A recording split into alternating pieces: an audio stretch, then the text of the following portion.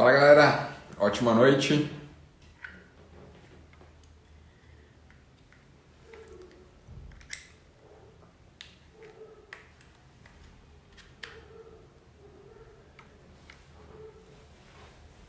Bom pessoal, todos me ouvindo bem aí? Por favor, puderem sinalizar de alguma forma se estão me ouvindo bem. Show de bola, Marcel, galera do meu dinheiro ativo por aí também, Matheus. Show de bola, acho que hoje é uma live aí bem especial para falar de um tema que eu particularmente gosto muito, que é fundos imobiliários e nosso convidado é Carlos.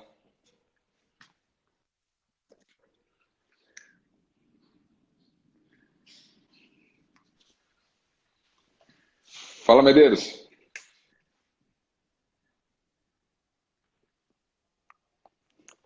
Medeiros, tá me ouvindo bem? Tô te ouvindo. Você tá me ouvindo ou não? Boa, ouvindo, sim, tudo certo.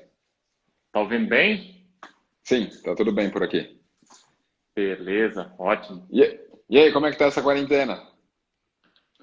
Ah, tranquilo. Já trabalho de casa, né? Então não faz tanta diferença assim, né? O ruim é não poder sair para fazer outras coisas, não poder ir na academia e tal.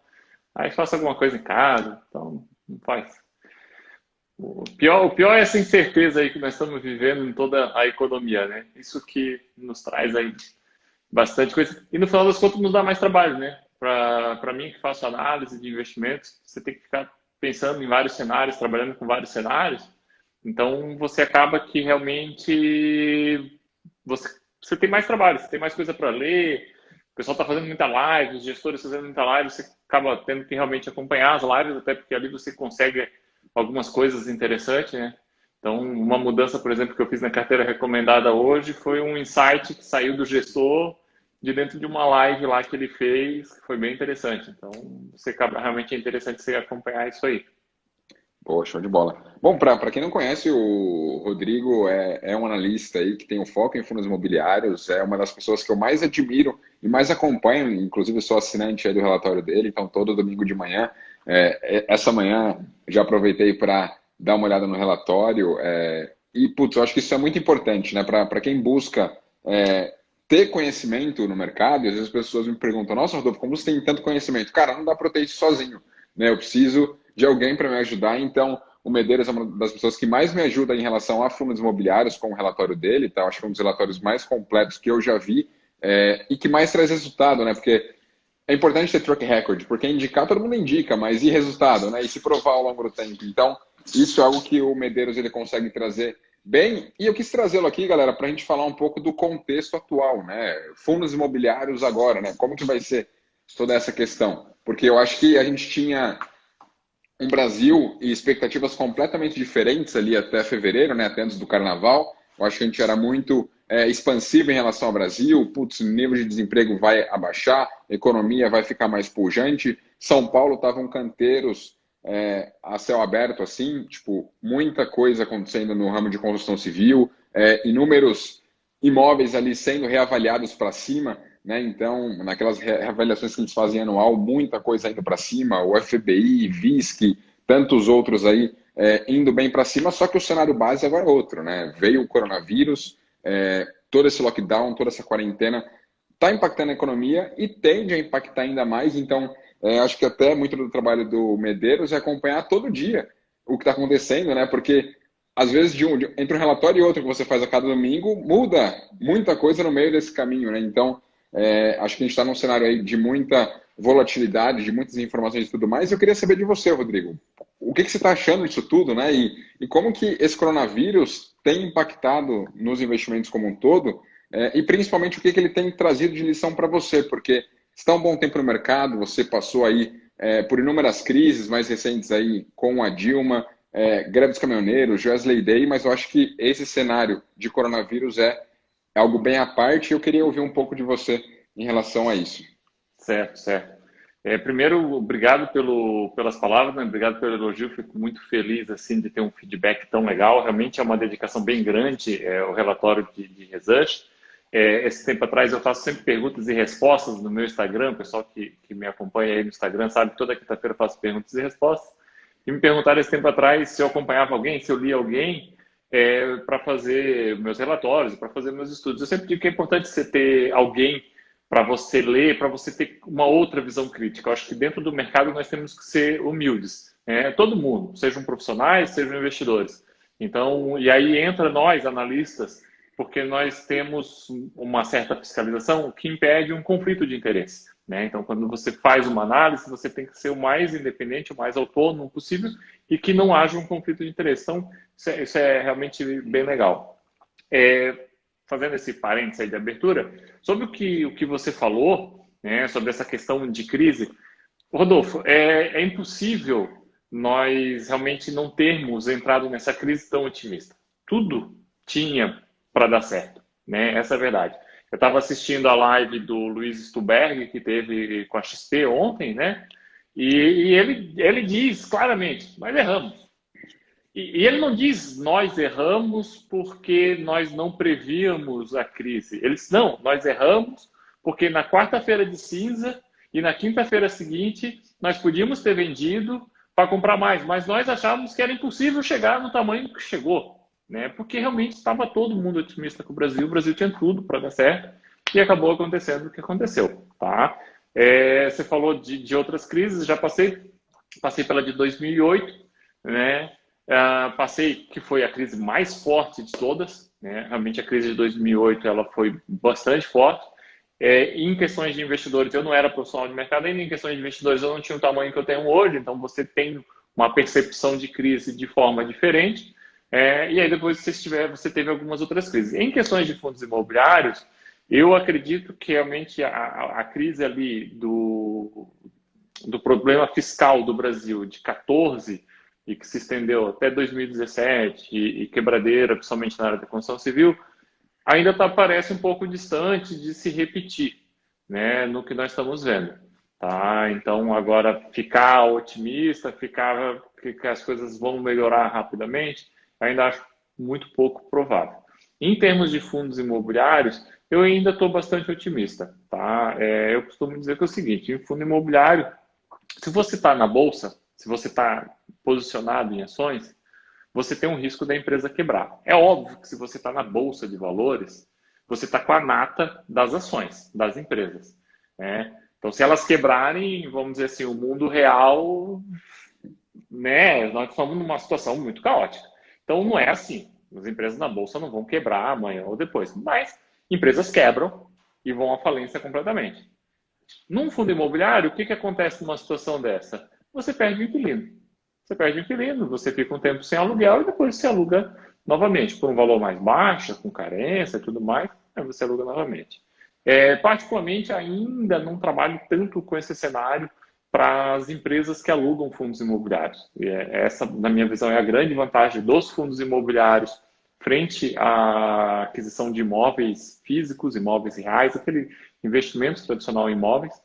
Normalmente, a pessoa física, o pequeno investidor, quando ele investe em imóveis, ele acaba tendo inquilinos pequenos, pequenas empresas, é o seu Zé da padaria, é o Toninho da farmácia. Então, são empresas, às vezes, pequenas. Essas empresas são mais sujeitas a quebrarem, né, ele ficar sem o aluguel dele e tudo mais.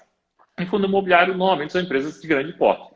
Evidentemente que você não passa ileso dessa crise, né? Via Varejo anunciou que não pagaria os seus 1.100 aluguéis, né? Entre eles, possivelmente, um fundo imobiliário que aluga imóvel para Via Varejo. Isso não significa que a Via Varejo vai quebrar, isso não significa que a Via Varejo vai dar o calote. Ela simplesmente diz, eu não vou pagar esse mês. Depois eu vou renegociar. Então, assim, eu acho que é uma crise muito diferente, tá, de tudo que nós já vivemos, seja pela rapidez com que ela chega, seja pelo fato, nós temos um problema que é mais complicado de você entender, porque ele é um fato externo. Então, todas as crises foram construídas pelo mercado financeiro, praticamente. Alguma coisa o mercado financeiro estava envolvido dentro da própria crise. Então, é como se o mercado financeiro, a economia, por si só, tivesse construído a própria crise. E agora não. Agora a crise ela veio externa, como foi durante as guerras mundiais. Então, é uma crise que vem externa e vai sair externa. O grande problema é como você se ajusta durante e após esse período. Tá? Então, nós temos vários tipos de fundos imobiliários e os vários tipos de fundos imobiliários, na minha opinião, eles vão ter vários comportamentos. Fundo imobiliário, vamos dizer assim, basicamente, aquele fundo tradicional, proprietário de imóvel que aluga, né, deixando de lado os recebíveis, fundos de fundo, mas aquele fundo que compra imóvel para alugar, o que eu acho que estava acontecendo e iria acontecer? Num primeiro momento, parece que o proprietário do imóvel, tá, teria uma tendência a, vamos dizer assim, ser rígido com qualquer negociação. Tá? A crise continua se estendendo, continua indo por mais tempo e possivelmente nós vamos começar a ter algumas flexibilizações, tá? Não de isenção total, mas algum tipo de flexibilização vai ocorrer. Eu ainda não acredito num aumento de vacância generalizado, de um modo geral, com exceção do shopping. Né? Os fundos de shoppings hoje, para mim, é o mais preocupante de todos os setores. Tá? Então, se quiser, até posso tentar aí Não, abordar alguma coisa, mas de claro. repente eu vou abrir um pouco aí para ti, porque também, né? Não, não, mas eu acho que Falei. faz. Não, mas acho que faz muito sentido. Enfim, eu acho que quando a gente está com alguém que conhece bastante, eu não vou ficar cortando. Putz, é um prazer te ouvir, porque eu acho que tudo aquilo que você fala é muito sensato. E, putz, você tem muita experiência sobre isso. Inclusive, algumas pessoas já passaram por aqui, até o Stefano deu uma passada por aí, um grande amigo que fala bastante de fundos imobiliários também. Então, eu acho que é um tema que é muito bom. Muitas pessoas vieram para a Bolsa e principalmente para os fundos imobiliários, né? A gente teve uma crescente gigantesca em relação ao número de investidores de fundos imobiliários. Só que quando eles se depararam com as quedas que tiveram em março, eles falaram: nossa, fundo imobiliário está parecendo ação aqui, né? A parada está derretendo. Eu mesmo fiquei um pouco assim, porque eu falei: nossa, beleza, eu esperava uma queda, mas assim eu não estava esperando, não, né? Porque às vezes as pessoas acham que nós somos super-homens, né? Putz, a bolsa está caindo, está derretendo, e a gente está de boa, a gente está fazendo live e tudo mais, e está tudo bem. Não, a gente sente na pele, porque a gente tem muito da nossa grana naquelas teses que nós acreditamos e muitas das vezes compartilhamos com vocês. Então, para mim foi algo atípico, mas eu entendi, né? Porque essa crise ela foi uma corrida por liquidez. Então, até ouro tinha alguns dias que ele fechou bem negativo, exatamente porque com todo esse contexto de coronavírus, de quarentena e tudo mais, a galera não queria saber o que tinha fundamento, não queria saber a preço, não queria saber nada. Apertava o botão e acabou.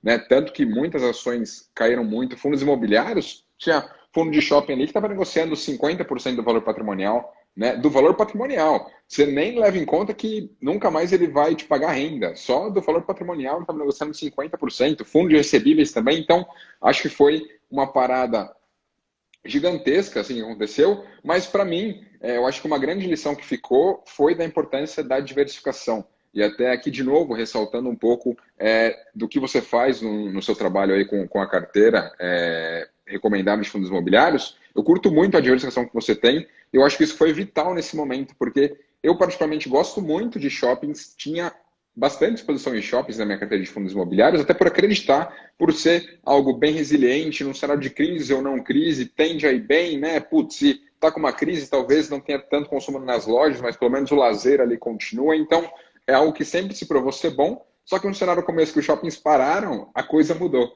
Né? Então, eu acho que a gente poderia falar aqui um pouquinho sobre shoppings, né? Qual que é a sua percepção? Porque muitas pessoas falam aí, putz, e o HGBS e o XPLG, principalmente o XPML, desculpa, que é um fundo que ele tem algumas obrigações aí de curto prazo e muito possível que ele tenha que fazer uma nova emissão para captar recursos. Então, para você, né, qual que é a sua visão para shoppings? Eu, particularmente, já que falando de mim antes de você responder, eu continuo comprado, porque para mim, putz, caiu muito, eu acho que eu tenho uma boa margem de segurança, porque o meu horizonte é de longo prazo, tá? Principalmente pelas cotações que estão atuais aí, que estão bem abaixo do valor patrimonial. Mas, enfim, essa é a minha visão. Mas você, Medeiros, como que está toda essa questão, né? Acho que às vezes as pessoas pensam que vai retomar rápido, né? Uma vez que abrir a quarentena, todo mundo vai para o shopping, mas pode ser que o shopping seja um dos últimos a serem liberados, até pela grande aglomeração que tem ali. Sim, legal. Antes de eu falar de shopping, deixa eu aproveitar o gancho, falar um pouco sobre o que você falou. Você falou uns ganchos bem legais, Rodolfo. Apesar dos elogios que você faz para mim, a recíproca é verdadeira. Você é um cara muito inteligente em questões de bolsa. Eu realmente fico muito feliz sempre que eu ouço você falar. Você passou aí o Stefano também, que você comentou, cara muito bacana também de conversar. Então, assim, ó, você tocou num assunto que é interessante, que é o movimento que aconteceu, o movimento de queda, né? Nós tivemos situações absurdas. Você falou em 50%, nós tivemos um fundo de shopping que negociou a 40% do valor patrimonial, que foi, inclusive, um episódio que eu girei a carteira, recomendei o giro de carteira para comprar ele. Você imagina, 40% do valor patrimonial, não tinha lógica aquilo lá, né?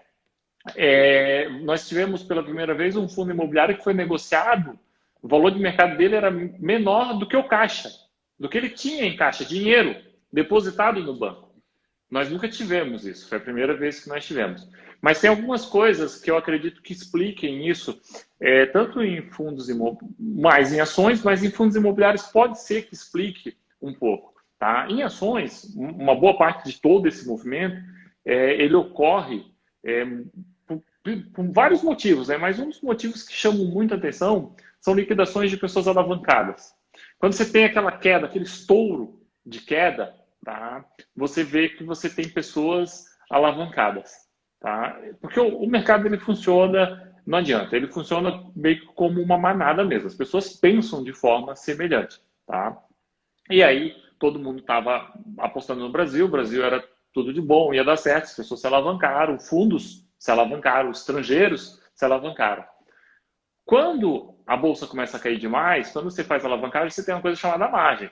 Margem é uma garantia que você dá. A bolsa começa a exigir mais margem, porque você começa a cair demais e o prejuízo começa a ficar muito grande. Quando há exigência de mais margem e você não tem margem para colocar, a tua corretora ela vende automaticamente as tuas posições para cobrir a tua margem. Tá? Isso em ações. Em fundos imobiliários é diferente, porque ao que pese eu não poder operar derivativos, não existir futuro, não existir nada de alavancagem para pessoa física, para fundos, não existe para fundo imobiliário, nós temos muitos investidores que investem em ações e fundos imobiliários. E fundos imobiliários não conta para formação de margem. Então, o que acontece? Se eu tive uma chamada de margem muito forte e a corretora teve que vender, ela pode ter tido que vender fundos imobiliários. Então, naquela quinta-feira que os fundos imobiliários caíram exageradamente, tá? Eu acredito que ali teve um movimento muito forte de investidores, pessoas físicas que poderiam estar alavancadas, tiveram chamada de margem, investidores que tiveram medo de fundos que iriam zerar também venderam, e vendas de estrangeiros. Quer o estrangeiro, quando ele vende mesmo, vende tudo e vai embora, e aí o negócio cai mesmo, né? Porque nós, para eles, somos muito poucos, mas para nós, a saída deles é muito impactante, né? Então, você realmente tem um pouco desse viés.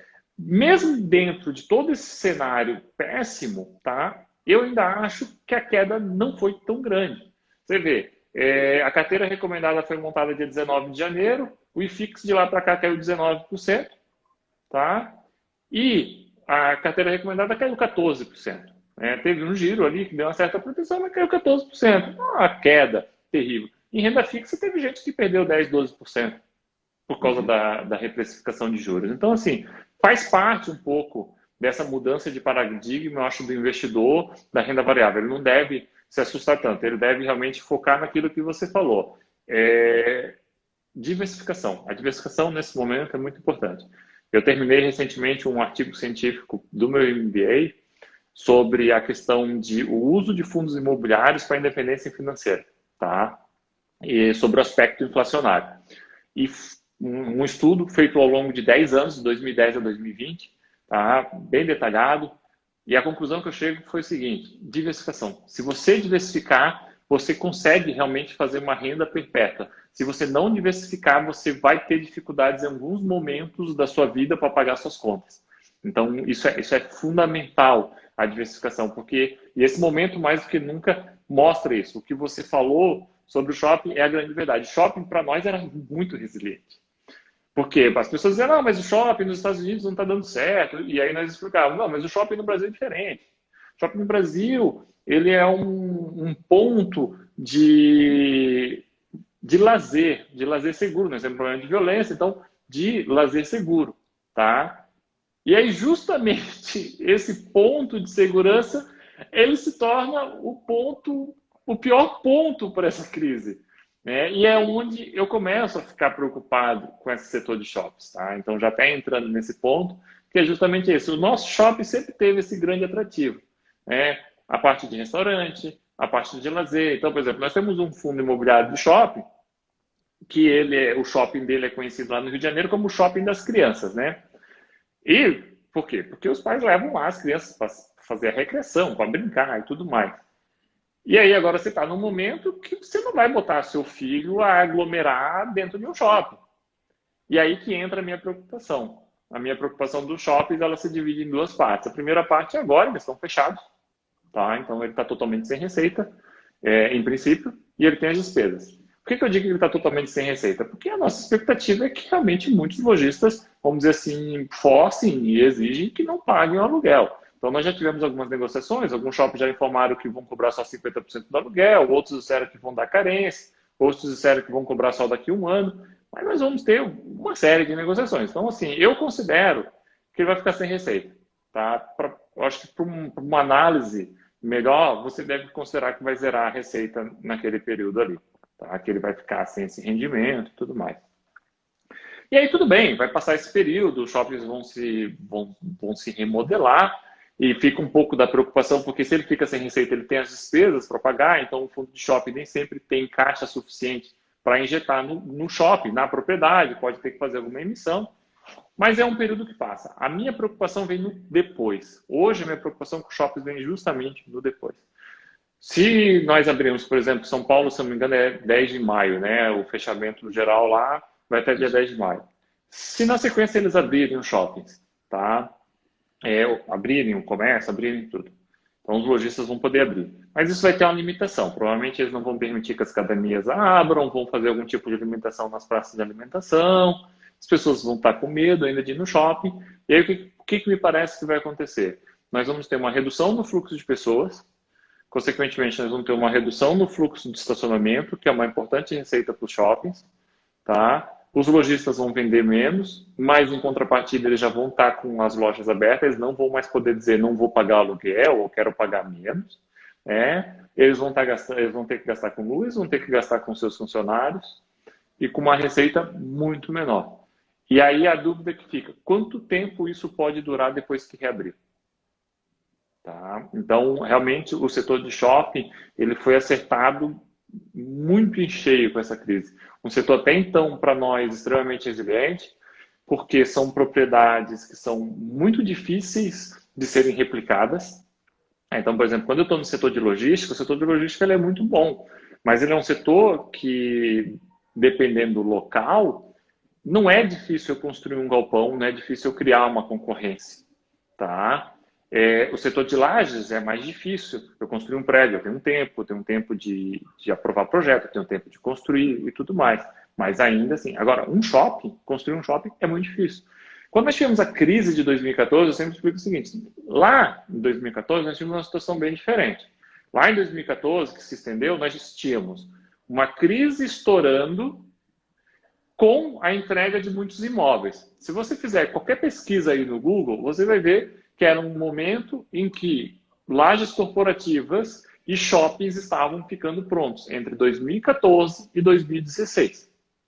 Então, nós tivemos a crise com mais imóveis. Agora não, nós temos a crise e nós não temos mais imóveis, não temos mais imóveis sendo entregues. Então, nós estávamos, evidentemente, muito otimistas com o shopping, porque aqueles shoppings que ainda não tinham maturado, iam maturar muito rapidamente. E agora a situação ficou um pouquinho mais difícil para esse setor. Então, realmente, eu acredito que os fundos de shopping vão ter muita dificuldade para distribuir rendimento até o final do ano. Tá? Então, quem tem fundo de shopping. Mas, evidentemente, isso tudo me parece, na minha visão, tá no preço. Tá? Realmente tá no preço essa questão, porque você ainda tem fundos de shopping sendo negociado 82% do valor patrimonial. Tá? Bons fundos de shopping que eram difíceis de serem adquiridos. Agora, se você consegue se posicionar, é uma opção interessante. Realmente você comprar com esse desconto. Agora, uma coisa que eu tenho já dito para os meus assinantes, principalmente fundo de shopping, não tenha tanta pressa, porque eu acho que os investidores estão muito focados, tá? Até porque ouviu-se falar muito disso, que é uma crise com início, meio e fim. Então, assim, A partir do momento que o lockdown acabar, acabou a crise, os shoppings vão funcionar, vai tudo funcionar normal. Então, eu estou com receio de que quando isso acontecer, as cotações dos shoppings dêem uma estourada, tá? Subam, se valorizem ali 10, 15%. E não seria o adequado, porque eu acho que eles vão continuar sentindo essa crise por muito tempo. Nós temos que entender um pouco da dinâmica dos shoppings. Os fundos de shoppings que nós temos no mercado, nós tivemos a experiência por causa de 2014 a 2017. Tá? Um fundo de shopping, quando ele tem, por exemplo, 10% de vacância, é muita vacância para um shopping. Ele sente muito na renda. Se eu tenho um fundo de lajes corporativo, eu tenho 10% de vacância, é normal. Não sinto tanto na renda. Num fundo de shopping, não, eu sinto muito. Eu sinto muito por quê? Porque as despesas do shopping são muito elevadas. Tá? Então, ele acaba sentindo demais. Se essa vacância já passa, por exemplo, para 15%, já é extremamente elevada. Tá? Extremamente elevada. Então, você realmente tem que ter esse cuidado, essa atenção, porque se nós tivermos lojistas pequenos falindo e quebrando, nós vamos ter um aumento de vacância. E aí, sim, nós entramos num ciclo que demora bastante tempo para sair. Tá? E provavelmente um dos grandes afetados nessa crise vai ser o pequeno empreendedor brasileiro. E o pequeno empreendedor brasileiro, ele é aquele responsável pelo que nós chamamos de lojas satélites, que são as lojas pequenas, lojas menores, muitos de franquias e tudo mais. E essas lojas, eu não sei se você sabe, mas geralmente essas lojas pagam 4, 5 vezes mais caro o aluguel que uma loja âncora, que uma Renner, uma C&A. Então, boa parte de altas receitas de shopping no aluguel fixo surgem dessas lojas satélites. Então, se eu tenho, vamos dizer assim, uma quebradeira dessas lojas, eu tenho um problema. Não por menos a BRIM, eu acho que é a BRIM, a Associação dos Lojistas de Franqueados, agora me fugiu o nome da associação deles lá, ela tem pedido para os shoppings para que isentem os lojistas da taxa de mudança de inquilino. Porque eles acham que vai ter um grande aumento nas vendas de franquias. Você entendeu? Então, isso realmente, o setor de shopping me preocupa um pouco. Passou aqui um colega, o Gabriel, de um grupo de WhatsApp que nós fazemos parte, mandou aqui um abraço. E eu lembrei de uma coisa que eu conversei nesse grupo de WhatsApp e essas questões de crise. Isso vale, porque eu sei que você fala bastante de ações também, né, Rodolfo? Sim. E esses momentos assim de crises, eles são momentos de estresse. Então, o investidor que chegou agora, ele diz, meu Deus, o mundo vai acabar, né? E é assim mesmo que funciona. Por isso a diversificação, por isso é importante ter caixa. Curiosamente, eu tinha caixa quando a crise estourou. Por mais otimista que eu tivesse, eu tinha caixa. E aí eu lembro que a crise foi ficando pior, e eu fui nesse grupo do WhatsApp nos piores momentos da crise, tá? O Bovespa já estava ali 67 mil pontos, mais ou menos. E eu fiz um texto dizendo que eu estava muito preocupado. Então, assim, eu tenho invisto na Bolsa desde 2003, e eu estava preocupado, estava relativamente estressado com ver aquela queda daquele tamanho, com não conseguir ver o futuro. Era um momento que você não conseguia ver o futuro, tudo parece que ia ficar pior. Nós tínhamos saído de uma gripezinha para o Ebola, porque a sensação que você tinha, que eu tinha, era que é o seguinte: se eu saísse na rua, eu ia pegar coronavírus e daqui 2 semanas eu ia morrer, tá? Então. Se você estivesse vendo TV naquele período, a sensação que você tinha era essa. E eu escrevi esse texto, mandei, e na sequência eu escrevi o seguinte: agora eu vou abrir o home broker e vou fazer minhas compras. E aí veio 2 colegas e disse assim: você tá louco? Eu não tô entendendo o que você tá falando. Eu disse exatamente isso, cara. O pior, quando você estiver se sentindo muito mal, é o momento de comprar. Eu fiz compras na quarta-feira de cinzas e quando eu fiz as compras, logo depois que eu fiz as compras, eu disse o seguinte: eu não vou mais comprar. Porque estava todo mundo otimista ainda. Eu disse, eu vou segurar um pouco. Depois, na semana seguinte, acabei queimando mais um pouco de largada, que você não imaginava que ia ficar no tamanho que foi. Mas outras compras foram feitas justamente nesse momento. Em bolsa de valores é um pouco assim mesmo que funciona. Você tem que comprar quando assim você quiser desistir. Você tá ali, mas o que eu tô fazendo com esse negócio? Essa realmente é a hora de comprar. Por quê? Porque ficou irracional. Você vê, em ações, não é tão incomum, quando dá crises desse tamanho, nós temos empresas negociadas a seu caixa. Nós temos, às vezes, empresas até negociadas a seu caixa líquido. Nós ainda temos essa situação. Mas fundo imobiliário negociado a seu caixa, nunca tinha visto. Nunca. Realmente isso foi algo inédito. Entendeu? É porque aí você Então, esquece o patrimônio e esquece o potencial de geração de renda, né? Você está levando em conta só o dinheiro, você está levando todo o resto de bônus. Então, exatamente, exatamente. tem que Não, aproveitar foi um tudo caso isso. assim. Foi um caso assim, ó, ele tinha 90 milhões em imóveis, tá? Ele tinha um caixa, se eu não me engano, de uns 400 milhões e ele estava negociando a 340 milhões. Então, foge da lógica, foge do irracional. É isso aí. Bom, eu acho que um ponto bem legal também, até voltado a fundos imobiliários, eu acho que até depois eu quero abrir com você, tipo, setores que você mais está esperançoso, mais bem resiliente, setores que, putz, o que que eu vou evitar agora, enfim, o que que pode dar problema. Mas eu acho que uma coisa que ficou bem eminente são as lajes corporativas, né? Então, com a galera em casa, muito se falou que, putz, agora vai ter muito mais home office, pode ser que as lajes corporativas não sejam tão ocupadas assim. Será que eu vou precisar ir para Paulista? Para Faria Lima, né? Eu falo isso porque eu sou aqui de São Paulo. Será que essa galera vai precisar ainda, né? Será que não vão desocupar o FVBI lá e deixar aquele prédião lá no meio da Faria Lima? Eu particularmente acho que não. Então acho que o caminho não é esse. Eu acho que tem muito de status, tem muito de você estar junto, até porque eu acho que esse trabalho remoto ele não é tão efetivo assim, porque uns trabalham e outros não. Eu acho que estar junto ainda é fundamental. Mas eu queria ouvir um pouco da sua visão, né, sobre as lajes corporativas e se você vê que esse movimento ele pode de fato impactar e quem sabe as lajes serem assoladas aí com uma maior vacância ou não. Eu acho que pode ser algo complementar, manter alugado e eventualmente ter algum dia de home office e tudo mais. Olha, eu acho que não, tá? Eu acho que essa crise vai dar uma grande mudança de paradigma, né, Rodolfo? Eu acho que isso é um pouco inquestionável, tá? Se eu fosse um pequeno investidor, pessoa física, eu sempre faço esse comparativo. Porque fundo imobiliário, esse é o comparativo, não é ação, não são ações. É o Uhum. investidor de imóveis. Se eu fosse um investidor de imóveis, eu tivesse uma sala comercial de 40 metros quadrados, eu estaria preocupado.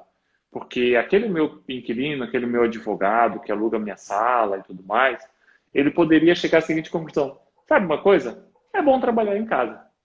Eu não vou mais alugar essa sala, eu vou rescindir esse contrato e ponto final. Quando eu precisar falar com o cliente, eu alugo um co-work. Agora, em fundo imobiliário, tá, nós temos grandes inquilinos. Então, assim, você imaginar, por exemplo, que a XP vai entregar um andar inteiro, porque os funcionários vão ficar em home office. O Itaú vai. Não, eu realmente não tendo a acreditar. Pode ser que nós tenhamos alguma situação, alguns fundos imobiliários específicos que possuem pequenos inquilinos. E aí, por isso, até um pouco da minha resistência de alguns fundos de escritório que compram pequenas salas e não são donos do prédio inteiro, porque ele acaba, às vezes, se posicionando como um investidor, pessoa física pequena. Então, tem alguns fundos imobiliários que já começaram a ver que o negócio não é eu ser dono de uma salinha de 200 metros quadrados, é ser dono de, sei lá, pelo menos uns 4, 5 andares daquele prédio lá, eu ser realmente relevante, porque é esse movimento que é importante. Então, porque eu tenho um tamanho para isso. Então, eu realmente não consigo ver. Um movimento que eu acho que eu estou prevendo, é exatamente o que eu te falei. É um movimento de pequenas salas realmente ficarem vagas, e isso vir a pressionar o aluguel como um todo. Então, aquela melhora do aluguel que nós de repente estávamos esperando para 2021, 2022, ela pode se estender um pouquinho mais, 23, 24, até porque as empresas vão estar com dificuldade em caixa. E, em contrapartida, eu acredito que algumas empresas de coworking, tá, podem se fortalecer com este movimento. Então, algumas pessoas que precisarem cortar despesas de pequeno investidor, tá, ele pode simplesmente rescindir seu contrato de locação, se for possível, e partir para um coworking, para trabalho em casa, para uma coisa mais em conta, e que ele, de repente, se sinta mais confortável. Esse movimento eu acredito sim, tá? E se tu me permite, entrando até na questão assim, dessa Claro. mudança de paradigma, Tá? Eu acredito que uma das coisas que nós não vamos escapar de mudanças de paradigma é a tecnologia.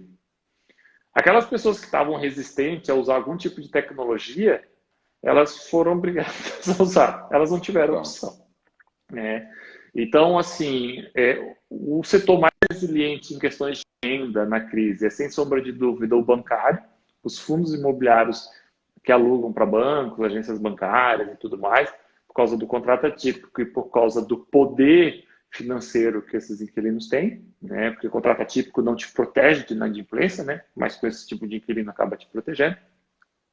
Mas, em contrapartida, passada a crise, eu acredito que aquele movimento que se achava de fechamento de agências, porque as agências estavam ficando cada vez mais digital, eu defendia que não, que isso era um processo que ainda ia demorar, muita gente ainda resistia a esse movimento, as agências bancárias iam se reinventar. Eu acredito que possa ter um certo auxílio e uma certa aceleração nesse processo de virtualização de muitas coisas. As pessoas foram forçadas a usar e muita gente vai descobrir que não era um bicho de sete cabeças e era bom, né? Então, aí isso vale tanto para fundo imobiliário, que de repente vai se prejudicar, ações que podem se beneficiar desse movimento, tudo, né? É cíclico nesse sentido. show de bola. Acho que isso faz muito sentido, essa parte da própria agência bancária, enfim, faz muito sentido, porque as pessoas, eu particularmente, putz, eu não lembro quando que eu fui a última vez em uma agência bancária, tá? Inclusive, eu tinha conta no Itaú, encerrei, porque para mim não fazia sentido nenhum o que o gerente ia me ajudar, putz, não tava nem aí. Mas, enfim, sobre lajes eu curti bastante o que você falou, e eu até queria falar aqui um pouquinho, antes de falar sobre os setores, sobre os FOFs também, né? Eu acho que é uma parada muito interessante a gente falar, porque eu vi que muitas pessoas estavam investindo forte em FOFs, né, em fundos de fundos, BCFF, MGFF, enfim, inúmeros aí. Só que o grande ponto é que eles olhavam muito dividend yield em relação ao ano passado, por exemplo, que eles tinham ali o ganho de capital e isso incrementava no yield deles. Só que agora eles não têm abertura para tanto ganho de capital assim, até porque você não pode operar vendido em um fundo imobiliário para conseguir lucrar com a queda, você só lucra com a alta das cotas, e eles estão sendo impactados aí, né? E como que você, Rodrigo, vê essa questão dos FOFs, né? Putz, quem tem um FOF agora, como que vai ser? Se, putz, tende a ser ruim nesse cenário, ou há uma luz no fim do túnel? Qual que é a sua visão para fundos de fundos? Eu acho que de todos os setores, tá, o setor que tem de bom a ruim é o FOF. O FOF, vou ter que olhar um a um, porque cada caso é um caso.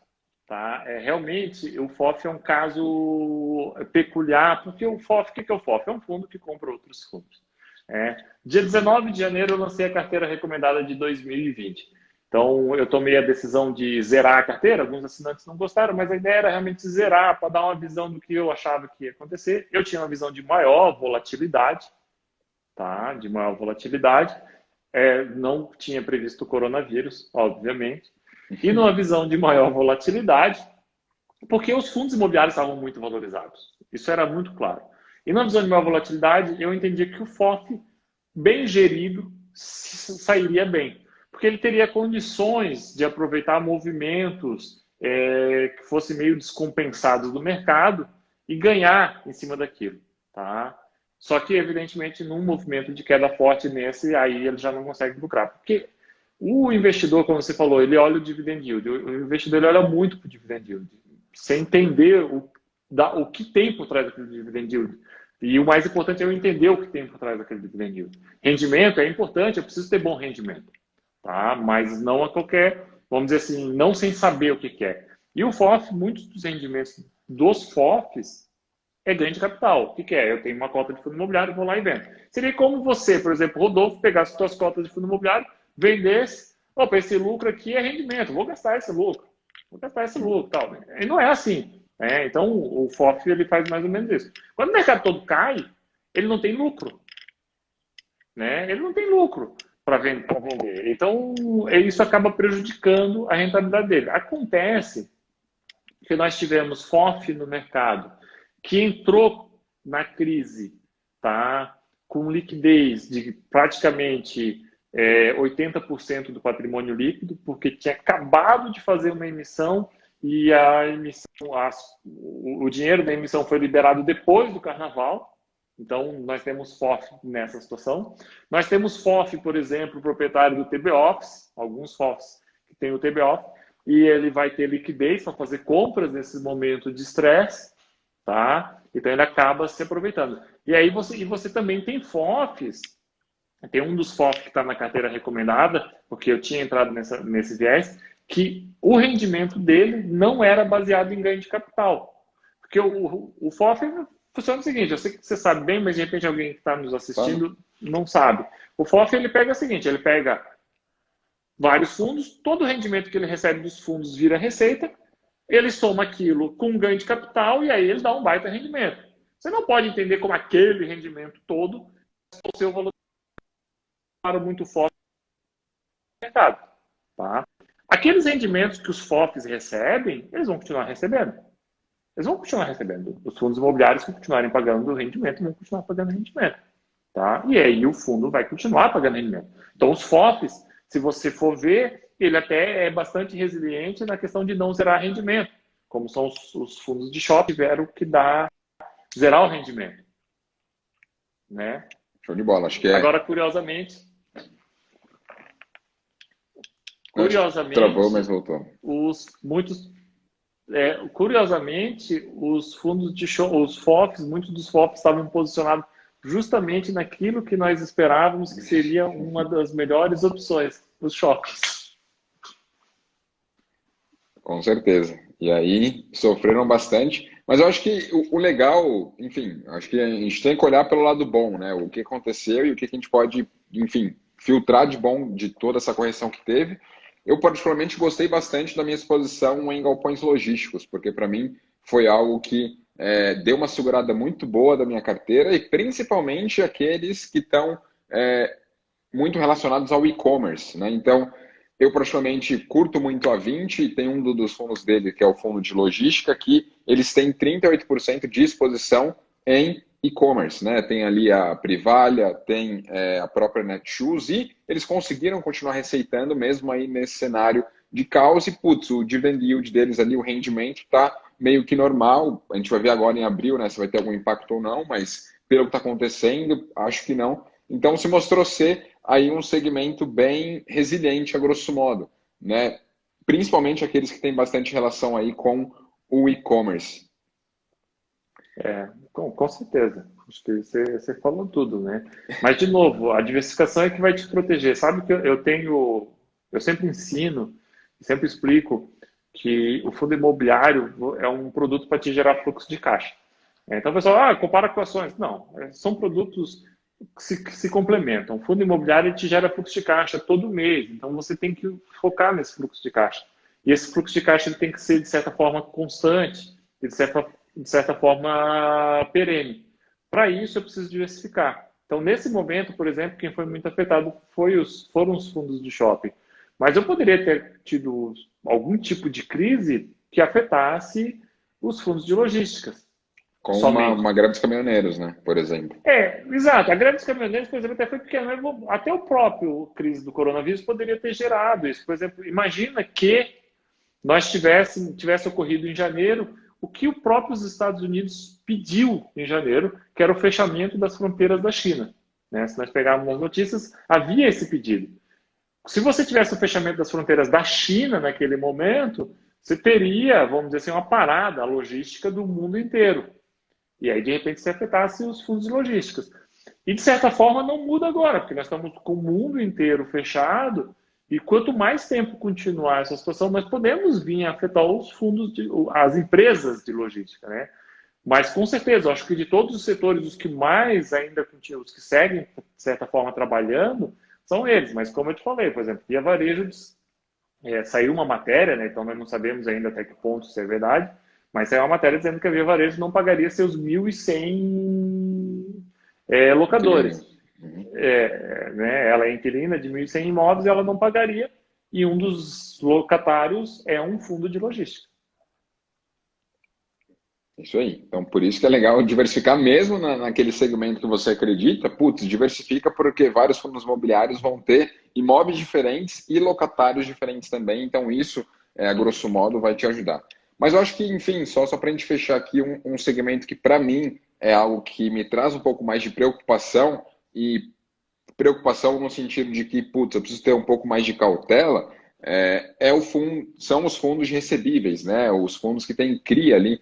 Porque, para mim, o que mais pode acontecer num cenário como esse é o calote, né? É o risco de crédito, putz, é aquelas PMTs ali que teriam que ser pagas, não serem pagas, até porque tem muito CRI que é oriundo de shopping, e os shoppings estão fechados, então se eles estão fechados, como que eles vão arcar com tudo isso? Então, para mim, isso me gerou um pouco de preocupação, tá? Para alguns CRIs, tanto que foi um movimento que eu fiz ali na minha carteira para analisar todos os CRIs que tinham dentro daquela carteira para ver que, putz, aquele fundo ele tem muita exposição a shopping, talvez não valha correr esse risco, porque eu já tenho um fundo de shopping, não vou correr esse risco dobrado aqui, mesmo numa outra classe de fundos imobiliários. Então, para você, uma visão assim, um pouco mais macro, o que o investidor tem que olhar para os fundos de recebíveis agora, né? Eu acho que muita gente olhou muito para o dividend yield deles, né? Via ali fundos pagando, e estão pagando agora aí algo em torno, levando o yield passado, em torno de 10% ano, mas eu acho que é legal falar um pouco dos riscos que estão inerentes a esse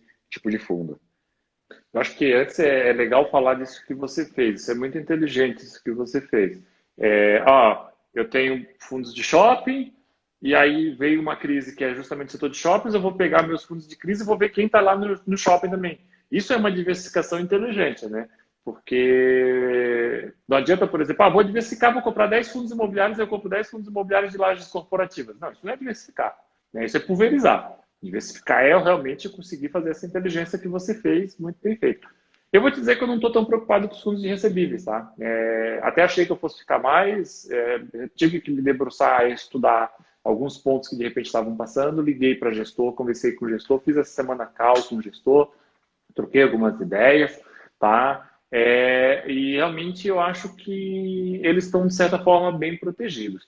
Eu acho que, claro, nós vamos ter problemas, possivelmente aqueles fundos imobiliários que de repente o gestor foi um pouco mais agressivo, não cuidou tanto da garantia, não cuidou tanto do fluxo do seu devedor, um devedor de grande porte, ele vai sentir um pouco mais. Mas aqueles fundos bons, tá, eu acho que nós vamos ter vai ser um pouco mais difícil sentir. Com certeza, os de shopping vai ter que ter uma renegociação, quase certo, é quase impossível eu não ter que ter uma renegociação. De repente, aqueles shoppings, aquelas empresas de capital aberto de shopping, pode ser que não necessitem tanto, mas nós não temos só isso no mercado, nós temos pequenos shoppings, esses é quase certo que vai ter que ter uma renegociação. Mas, assim, eu não estou vendo um risco de default, tá, Rodolfo? Isso é importante. Eu vejo assim, importante explicar, eu vejo default como calote, que é o seguinte, não vou te pagar e você vai ter que executar a garantia. E aí o que acontece? O fundo de recebíveis, ele fica dono da propriedade. Então, assim, ele executa e fica dono do shopping. Nós temos que ter em vista isso. Os imóveis estão lá. Os imóveis continuam tendo seu valor, continuam tendo suas qualidades. Tá? Então, evidentemente que no Brasil é muito caro executar dívida, né? É muito caro, muito demorado.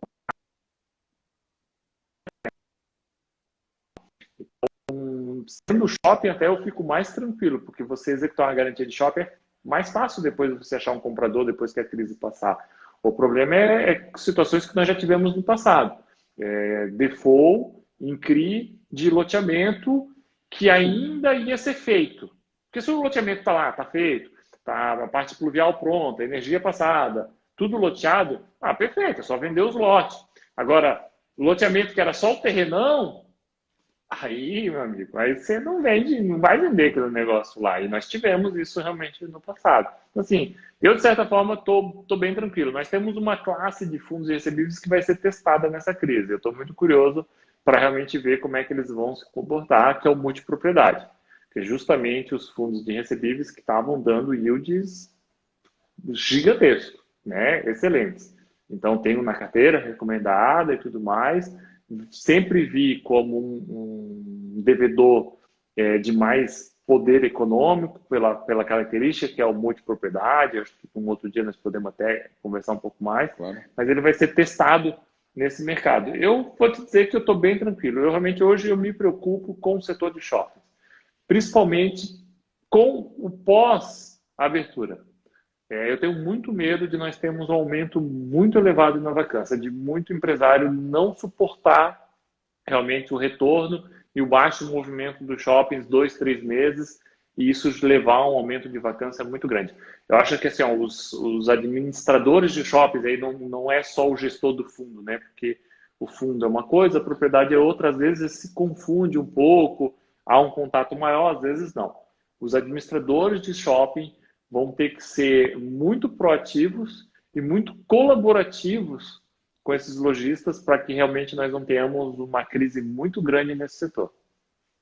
Show de bola. Eu acho que essa ótica que você trouxe para os shoppings, ela é bem interessante. E acho que principalmente, né, a gente vê muitas pessoas aí que estão comprando bastante coisa agora na bolsa, achando que a gente vai ter uma recuperação em V, né, que putz, caiu, foi o fundo do poço ali em 60 mil pontos para a bolsa, e enfim, o IFIX corrigiu bastante, mas já vai voltar e a vida que segue, mas eu acho que é o momento de ser prudente, né? Eu acho que em um cenário de tanta incerteza como esse que a gente está vivendo, né? Putz, a gente tem que pensar que a gente ainda está em quarentena, a gente não sabe o que vai ser daqui em diante, então eu acho que é muito prudente você, como investidor, ainda ter caixa, se preservar, buscar por diversificação, porque a gente não sabe o que a gente vai enfrentar daqui para frente. Então, por mais que eu vi muita coisa muito boa, eu fiz inúmeras compras, mas ainda assim eu tô com bastante caixa porque eu acho que o buraco ele pode ser um pouco mais embaixo, né? E eu até gosto de diversificar até aqui no Brasil, como também nos Estados Unidos, né? Os próprios REITs lá fora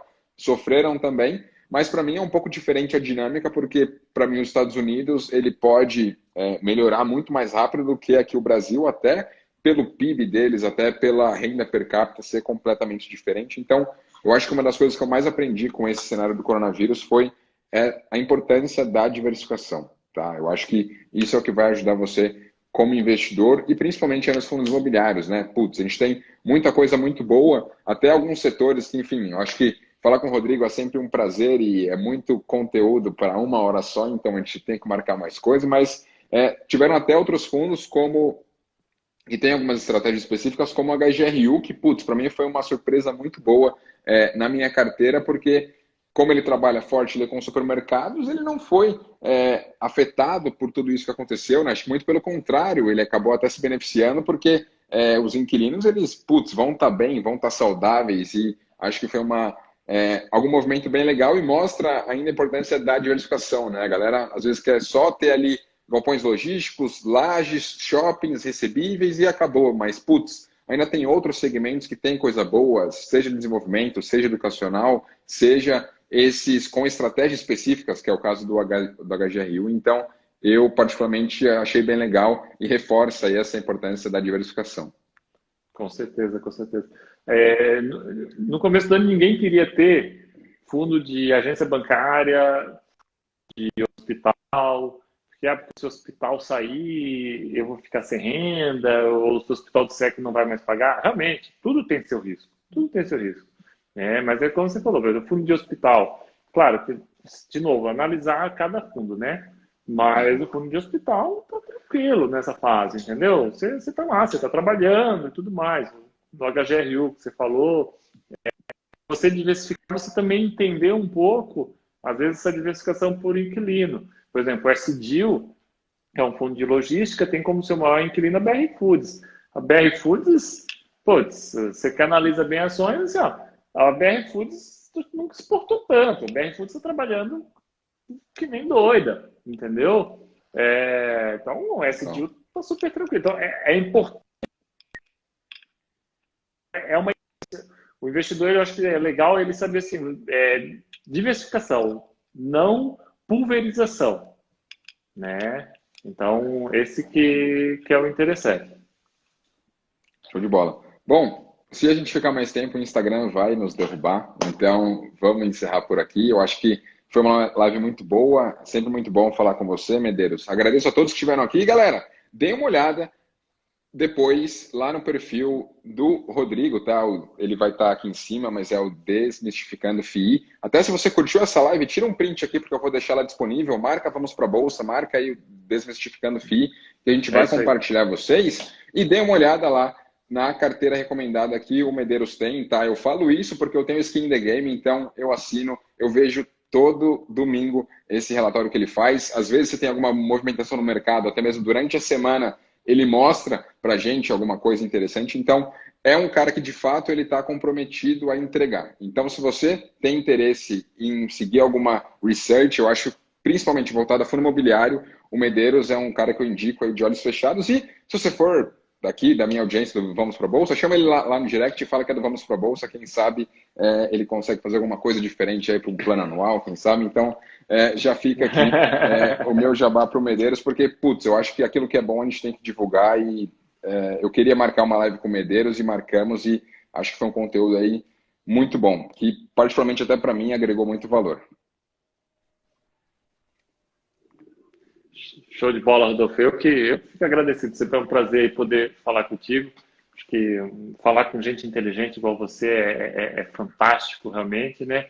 E ajuda um pouco nós a cada vez mais divulgarmos esse mercado aí, né? Então, novamente, aproveitar o que você falou, busca lá mesmo Mexicano FI, as informações sobre os relatórios de research. Vai ser um prazer também poder conversar com o pessoal. Show de bola. Bom, e é isso, galera. A gente trabalha aqui, cada um tem o seu perfil, mas o que nós queremos é que mais pessoas estejam aqui dentro, tá? A gente não é de forma nenhuma concorrente, a gente é complementar nesse mercado, porque eu acho que tem muito espaço ainda para ser captado, e o que nós mais queremos é que mais pessoas venham para cá e que mais pessoas estejam conscientes daquilo que elas estão fazendo para que elas se mantenham aqui, tá? Então, que aquele número crescente de investidores de fundos imobiliários consiga se manter e, quem sabe, crescer mesmo em meio à crise, beleza? Então, é isso. Rodrigão, obrigado e tamo junto. Forte abraço.